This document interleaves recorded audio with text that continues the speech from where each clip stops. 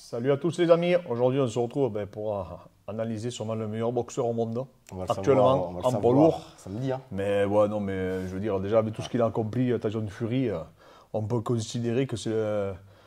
Pour moi, je pense que c'est le meilleur boxeur poids lourd qu'il ait jamais eu. Bon, après, c'est un sujet à débat. Ouais, pour moi, c'est le plus fort. C'est celui, je trouve, qui vraiment qui a le plus de compromis, que ce soit aussi bien technique. Bon, après, bien sûr, son intelligence de ring, son courage, son cardio. Même si on ne dirait pas, on va y revenir. Mais en tout cas, il a des qualités qui sont vraiment hors du commun. Et j'espère en tout cas qu'il partira invaincu. Et ça serait un des seuls, en tout cas, à réaliser cet exploit. Je lance le générique et on démarre.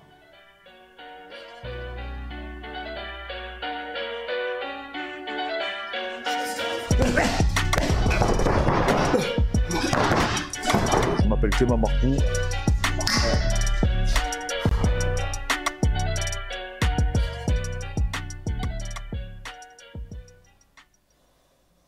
Donc les amis, n'hésitez pas à vous abonner, n'hésitez pas à nous suivre, n'hésitez pas à échanger avec nous si vous voulez des analyses morpho-anatomiques, etc. Et qu'on vous accompagne en préparation physique, soit rugby, boxe, peu importe quelle discipline, n'hésitez pas à nous contacter. Il n'y a pas de problème, on vous répondra et on se fera un plaisir de vous accompagner dans vos projets sportifs. Donc voilà, ben là on analyse un phénomène et surtout une anomalie. Une anomalie, plus qu'un phénomène. Et après, ça change des physiques qu'on a habituellement. Ouais, ça change des physiques. Bon, ben Tyson Fury, si tu peux me parler un peu de son historique. Bon, bah, lui, c'est le voyageur d'origine. Enfin, il a des parents de voyageurs irlandais, mais il est installé en Angleterre. Et donc, du coup, bah, dans sa famille, ils sont connus pour les combats à main nue. Son père était un boxeur anglais avec 8 victoires, 4 défaites. Et donc, il a baigné dans la boxe depuis tout petit, en fait. Et après, bah, il n'a pas été qualifié au JO, et même malgré qu'il soit 3e mondial. Mais après, dès qu'il est passé en pro, il a quand même. Il avait battu Joshua, il me semble. Non, c'était pas lui qui avait battu Joshua en amateur, mais il avait quand même eu un beau parcours amateur. Mais là, c'était Dylan White qui avait battu Joshua en amateur. Mais il a eu vraiment un beau parcours, franchement. Non, mais de toute façon, Tyson Fury, depuis déjà son plus jeune âge, quand il avait affronté la première fois Klitschko, moi j'avais dit qu'il allait passer. Ouais. On m'avait pris pour un fou. Et Klitschko, c'était vraiment c'était le phénomène. Hein. Ouais. D'ailleurs, il faut savoir une chose, c'est qu'en réalité, le seul champion du monde poids lourd, normalement, ça devrait être lui. Oui, parce que ses ceintures ont été retirées. Ouais, ses ceintures lui ont été retirées. Je vais vous montrer en partie pourquoi. C'est qu'il a fait une dépression, Tyson Fury. Donc il a un parcours vraiment atypique. On va vous montrer une photo pour que vous compreniez d'où il vient. Hein. Donc je vous mets à l'image. Voilà. En fait, Tyson Fury, il est monté jusqu'à pratiquement plus de 180 kilos. Tu imagines qu'il est né prématurément. Ils disent qu'il faisait 500 grammes à la naissance. Apparemment. Et donc, il était parti en dépression, il avait sombré dans la drogue. Bon, bref, c'est une histoire de dingue. Donc après, automatiquement, les fédérations ont décidé de retirer. Et après, c'est Joshua qui a récupéré avec Klitschko. Voilà, bon, après, c'est eux qui ont récupéré leur ceinture. Mais lui, il n'a jamais perdu ses ceintures en combat. Oui, ils l'ont retiré. Voilà, c'est ça. Donc vraiment, après, il a fait un régime. Tu sais qu'après, il a fait, j'en ai parlé avec le podcast d'IS, il a fait un gros régime cétogène où il a perdu beaucoup de poids. Le régime cétogène, c'est quand on coupe en grande partie les glucides et qu'on augmente les lipides, etc. On joue sur les corps cétoniques pour qu'ils viennent nourrir le cerveau. Mais je ferai une vidéo parce que j'ai beaucoup de questions sur le régime cétogène. Donc en gros, voilà, Tyson Fury, je vais faire une petite analyse de son physique pour que vous compreniez vraiment le phénomène. Je vais vous zoomer pour que vous voyez un peu plus, pour que vous compreniez vraiment le phénomène physique. Donc c'est 2,06 m, 216 cm d'allonge.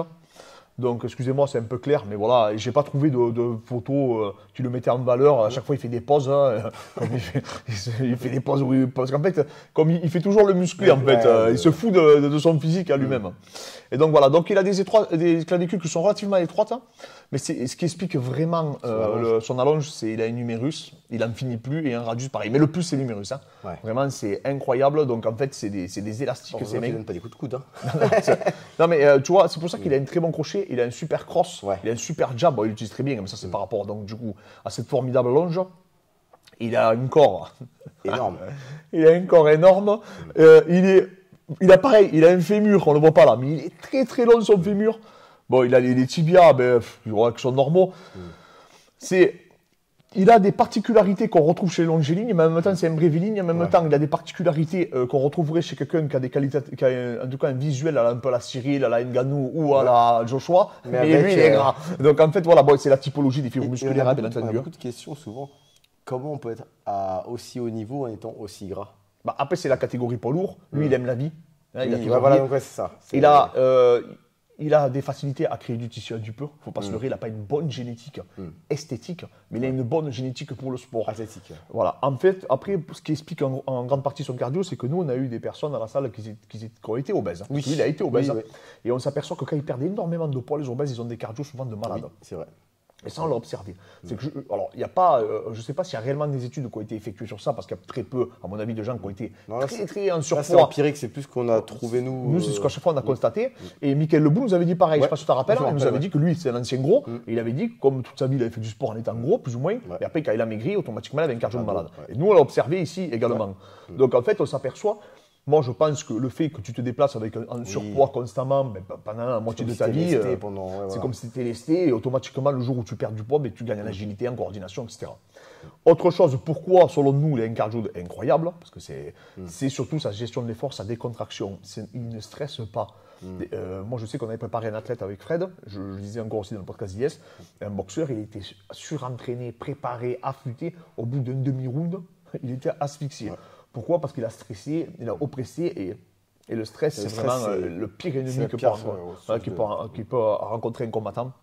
Ça augmente la production de lactate, etc. Bon, bref, c'est le bordel et ça crée un dérèglement physiologique. Tout simplement. Est-ce qu'il ne serait pas bien meilleur encore, enfin, s'il était encore plus. Oui, moi je pense avec que une meilleure hygiène de vie. Oui, moi je pense que oui. Non, mais après, voilà.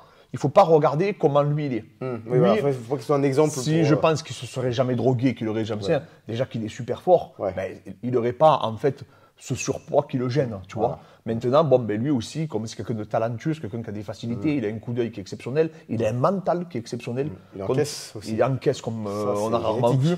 Tu vois, ça aussi c'est un facteur génétique. Mais surtout, il est capable de revenir malgré la difficulté.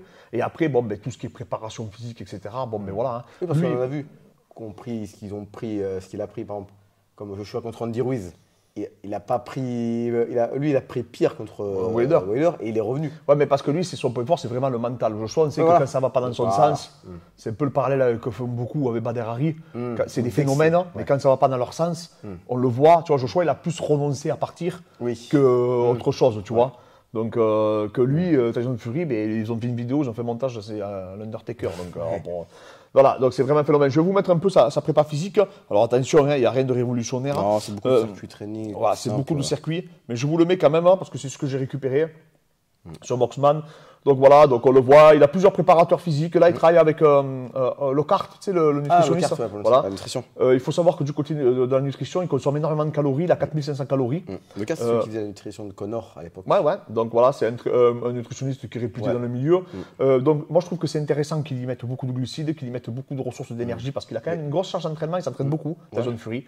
Il a entre 1 et 2 sparring par semaine, il fait beaucoup de thèmes, ils disent, et beaucoup de leçons, et beaucoup de shadows, etc. Donc là, on le voit quand il fait sa préparation physique, c'est que du classique. Il fait des genres de WOD, de crossfit, etc. Je n'ai pas l'impression que ce soit un grand fan de prépa physique. Non, mais du moins, c'est qu'on le voit spécifique également. Mais il a quand même une belle ceinture scapulaire. On peut savoir qu'il a des belles épaules. Il a le biceps qui est très long.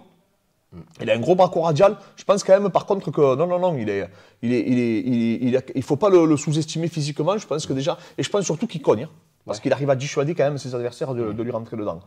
Donc voilà, donc Tyson Fury qui est une anomalie, il ne faut pas se leurrer. Il ne faut pas le prendre en exemple pour. Par exemple, c'est pas Anthony Joshua, c'est pas même, comment il s'appelle, Deontay Wilder, qui est quand même beaucoup plus beau physiquement. Lui, c'est vraiment à part dans le monde. C'est un peu comme Mark Hunt. Ouais, c'est ce que je dis souvent. Roy Nelson. Voilà, c'est des personnes, ou Andy Ruiz, même Andy Ruiz, qui a une grosse particularité. Maintenant, c'est sûr que ça, on le voit vraiment chez les poids lourds. Tu le verras rarement dans les petites catégories. C'est quasiment impossible que les gens n'arrivent pas du tout à affûter comme ça. Voilà, lui, par contre, c'est qu'en plus, il a compris les capacités athlétiques qu'il avait et il a lié à son schéma technique. La charge d'entraînement qu'il a et la taille qu'il a. Encore, il ferait 1m70, mais la taille et la charge d'entraînement, il doit quand même avoir une sale hygiène de vie quand même. Ah, mais t'as vu ce qu'il a dit? Il a dit, j'arrête la boxe, j'ai 150 millions d'euros sur mon compte, je vais aller boire des pina coladas sur la plage, un truc dans le genre. Ça t'a tout résumé. C'est tout. Ils ont fait le face-à-face avec Dylan White, ils sont face-à-face, ils se regardent et d'un coup, il fait des guillis. Voilà. Et quand il a gagné Klitschko, il lui a montré son ventre, il a dit, t'as perdu contre un gros lard. Voilà, après il en joue. Par contre, il a une belle ceinture scapulaire parce que tu vois, il y a des photos que je voulais vous récupérer où il a des veines, etc. Tu vois quand même qu'il est solide. Maintenant, bon, mais il a accumulé du sucre un petit peu. Un mec de 2,06 face à toi. Non, mais et en plus, il a compris qu'il fallait qu'il soit lourd. Parce qu'en fait, il a vu qu'il ne perdait pas tellement de vitesse, qu'il ne perdait pas tellement de cardio et qu'il pesait. Il a épuisé Wilder. Tu as vu, il le tenait, il s'accroche, il truque. Il est très intelligent. Il fait que te parler pendant le combat. Tu vois, que te chambrer. Et en fait, le fait que maintenant, là je crois qu'il fait 125 ou 126 kilos actuellement. Je ne sais pas si tu te rends compte, c'est incroyable pour 2m6. Et en plus, il va à 2000. Ouais. Donc, et il va à 2000 même au dernier round. Donc c'est ça, non, c'est vraiment... Et ça fait mal, même si c'est du tissu adipeux, ça fait mal, on le sait. Le poids reste le poids. Là c'est pas que l'entraînement, c'est une partie... Enfin, c'est Ah non, une partie génétique. tout ça, on dit toujours, oui, mais vous dites c'est des monstres. Mais on parle du meilleur boxeur peut-être qui ait jamais mis un pied sur le ring en poids lourd. Donc voilà. Et moi, techniquement, un mec comme ça, qui bouge comme ça, avec l'allonge qu'il a, le physique qu'il a, je trouve ça incroyable. Franchement, en poids lourd, d'habitude, c'est plus sur les qualités athlétiques, comme un Joshua qui a des grosses qualités athlétiques, mais qui n'a pas une boxe exceptionnelle. Lui, c'est beau à voir, les esquives et tout qui se permet. Il y a beaucoup d'athlètes sur ses esquives, sur son jeu défensif, vraiment. Et il sait tout faire. Il sait avancer, il sait reculer. Donc vraiment, un combattant, Tyson Fury, quoi, qui est exceptionnel. Dernier combat peut-être alors du coup. Bah, on verra, peut-être qu'après, on verra s'il affronte Francis un jour, je sais pas. Moi, je pense qu'il reviendra, Tyson Fury. Oui. Il est jeune, il a 33 ans. Ouais, donc, poids lourd, donc jeune, voilà, c'est jeune. Ouais. Il a jamais pris de coups, tu vois. Oui. Donc, C'est contre Wilder, quand même. ouais, mais bon, Ouais. il a jamais été abîmé réellement, tu vois. Ouais. Il a fait, voilà, il est tombé, mais il a jamais été vraiment Ils se font déconnecté. rouler dessus, oui, sur- C'est ça. sur le divan. Donc voilà, Tyson Fury, qu'on a eu beaucoup de questions sur lui, c'est une anomalie génétique, je le sais, dans le monde du sport en général. Hein. Et après, on le voit, de toute façon, hein, il est né prématuré. Rien que ça déjà. Tu as tout résumé, il est né Oui. prématuré et il finit, il fait 206 cm. C'est un manouche, son oncle, c'était le plus grand combattant point nu d'Angleterre, je crois, ou son grand-oncle. Donc voilà, c'est quelqu'un qui a fait ça toute sa vie, qui faisait des bagarres, il dit qu'il était jeune dans les camps, qui faisait des défis. C'est un personnage extraordinaire, le Gypsy King. Donc voilà, les amis. Ça nous tenait à cœur là de faire vraiment Tyson Fury, on avait beaucoup de demandes. Un athlète qui est hors norme et donc je pense qu'on n'a pas fini de parler en tout cas. Merci encore à tous, n'hésitez pas à nous contacter et on vous remercie en tout cas pour tous les messages qu'on reçoit.